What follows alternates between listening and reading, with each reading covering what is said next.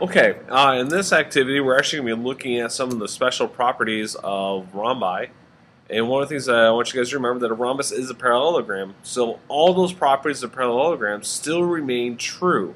So this is kind of an important aspect to remember when you're looking at a rhombus. So we do have a lot of other properties that come in, but these are specific properties that are very special that basically differentiate a rhombus from a parallelogram. So here we go.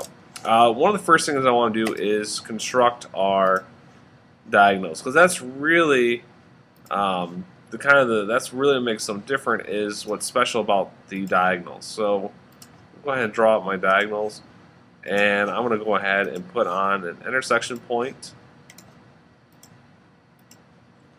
And there we go. Okay. So here we go. When we look at this, you're like, hey, I think I noticed something special about the angle between my diagonals. And it's actually kind of a really special relationship. And when we look at this, when we kind of stretch that out, in fact, if I make that perfectly straight, I think you can start to see that relationship. And just to make sure, let's go ahead and measure that.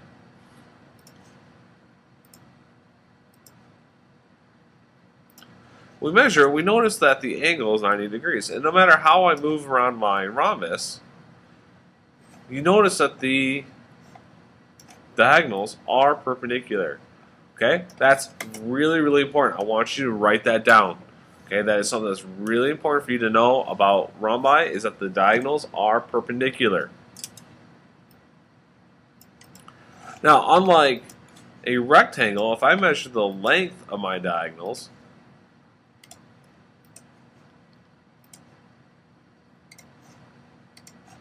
you can see very clearly that my diagonals are not congruent by any means. And I can kind of make them almost congruent. And if I make them almost congruent, what shape do I have? So your rhombus, that is... now remember, this is important from today's lesson. If the diagonals are congruent, that makes the shape a rectangle. But yeah, we just showed earlier that this is very clearly a rhombus, but it's a rhombus that has congruent diagonals. That's what makes it a square. Remember, we talked about this very, very early on the quadrilaterals unit, that,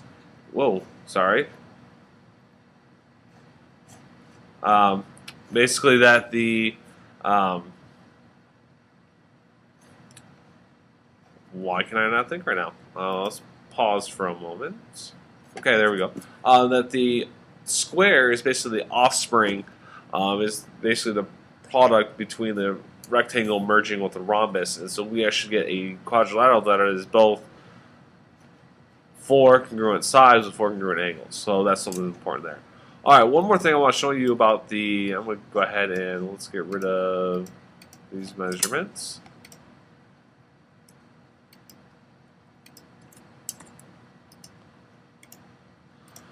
One more thing I want you to notice, I'm going to measure the big angle here, so I'm going to measure angle. And I'm going to pull that off to the side. So we'll call that about 54 degrees. And what I want you to notice is if I measure now the inside of that angle, what do I get? I get 27. Well, how does 27 compare to 54? All right, 54 is the whole angle. 27 is just this portion of the angle. And so what we find out is that the diagonal bisects the opposite angles. This only happens in a rhombus. Only in a rhombus. Doesn't happen in a parallelogram. Doesn't happen in a rectangle. It only happens in a rhombus. And then, in fact, we can verify this with the other angle as well.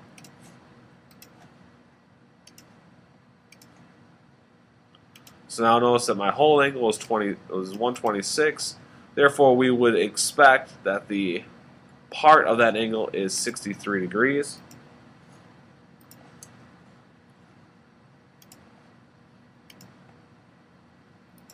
And sure enough, we get 62.9.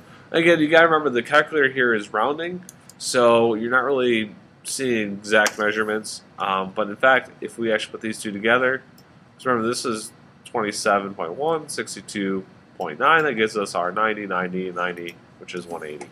So there you go. Two things you need to, rather, three things you need to remember about rhombi: that the perpendicular, oh my goodness, sorry, that your diagonals are perpendicular, and they bisect the opposite angles. Okay, so that's one of the things, and that all four sides are the same length. There you go. Those are three things. Now, one thing I want to mention here that's almost worth bringing into this conversation is that in a parallelogram, the diagonals bisect each other. So as a result, my two diagonals inside a rhombus will also bisect each other.